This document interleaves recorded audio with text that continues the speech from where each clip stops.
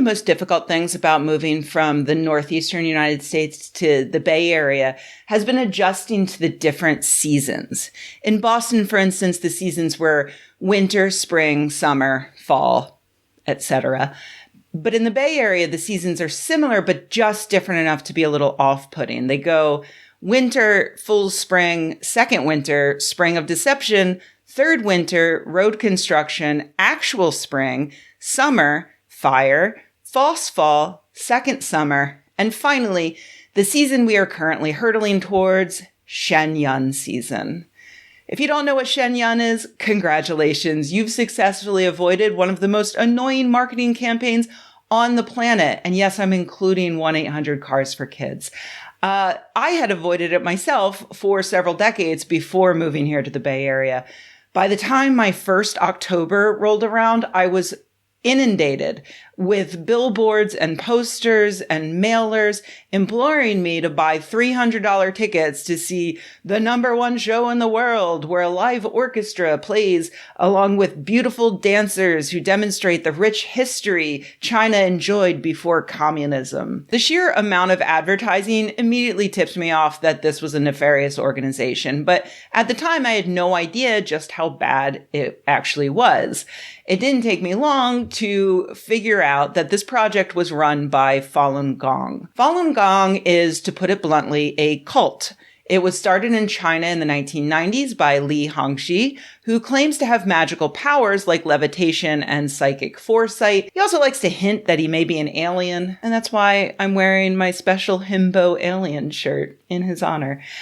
Li says that people can achieve similar supernatural results by going through certain gentle exercises and stretches and meditation, meditating upon their various principles. The cult rejects much of modern medicine and insists that their exercises can cure otherwise incurable diseases. If you live in a major city, you've probably seen Falun Gong adherents hanging out in public parks doing their stretches.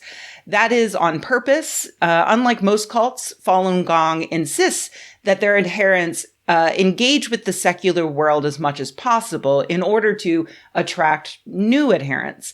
By hanging out in the park, doing gentle stretches, they appear to be, a placid, friendly group getting fresh air instead of a bunch of raving bigots who want you to do jazz hands as you die from appendicitis. Another way that Falun Gong maintains contact with the secular world and spreads propaganda is through the Epoch Times, which has become famous in recent years for being one of Donald Trump's biggest supporters. It's funny how closely Falun Gong mimics the Church of Christ Scientist, another cult that convinces adherents to avoid medical care and start a newspaper to spread propaganda.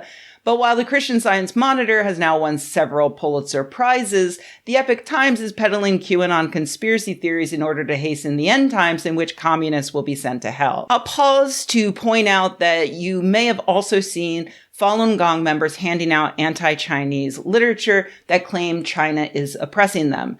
This is absolutely true. Chinese authorities almost immediately identified the organization as a threat to them, and by 1999, they had banned the practice of the religion, and they beat, harassed, tortured, and imprisoned Falun Gong adherents.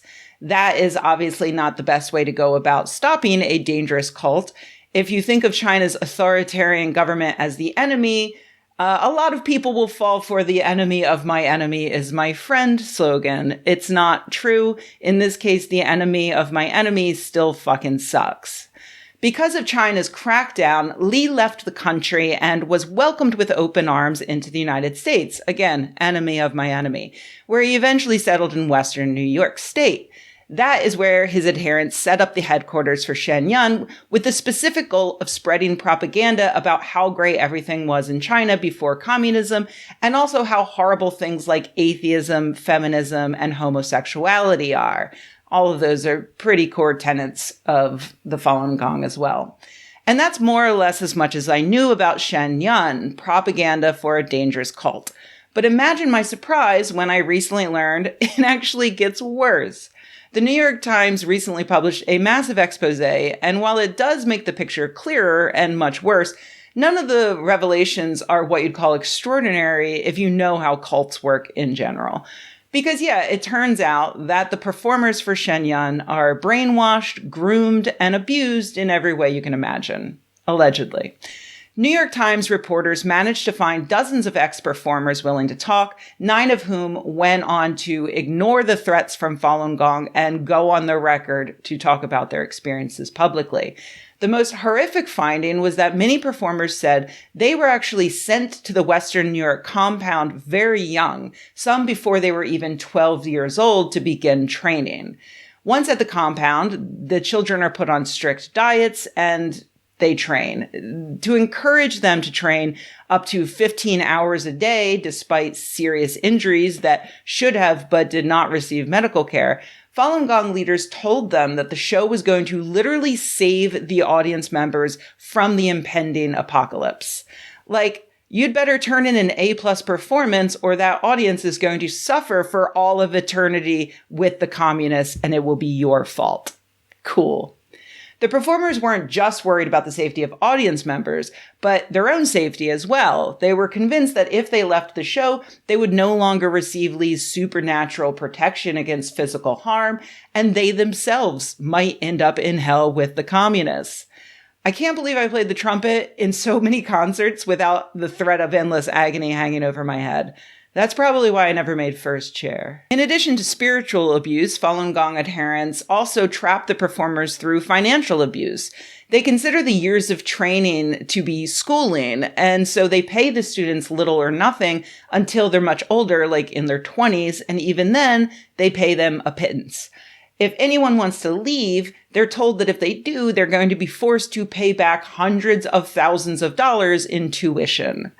And that brings me to a question that has been in the back of my head ever since I moved to the Bay Area and was first buried under the daily mailers from Shen Yun. How on earth can they afford all of this marketing? I'm serious, there were days when I received multiple identical flyers from Shen Yun while passing billboards that seemed to be about 50% Shen Yun ads, or taking the subway cars that are completely papered in Shen Yun posters. Where's all this money coming from? I assumed that as a cult, they wrung a lot of money out of their adherents, but surely there must be more to it. Well, here is one major factor: free child labor. Another major factor: money laundering.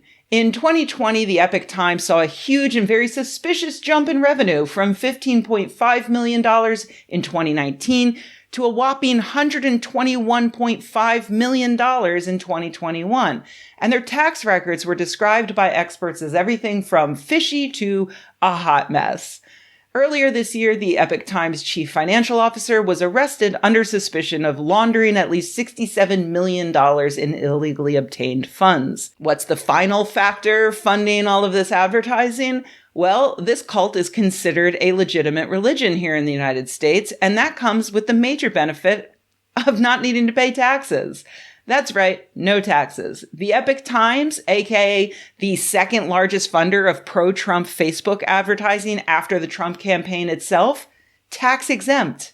That 400-acre compound in Western New York where children are brainwashed and forced to dance, that's a church. That means they don't have to pay property tax on that land, and they don't have to pay income tax on any profits, and they can get away with much more in terms of tax-free benefits to their employees, like housing for their leaders.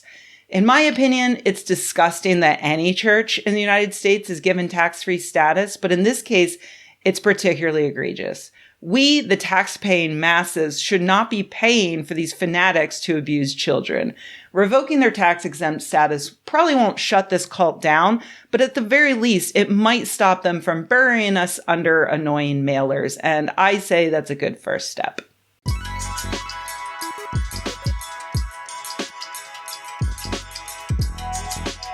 Hey everybody, thanks for watching. If you enjoyed this video, please give it a like. If you loved the video, please subscribe. And if you think the world could use more videos like this and you happen to have a few bucks laying around, head to patreon.com/Rebecca and join an awesome community of nerds like the people whose names you see on the screen right now. Thanks.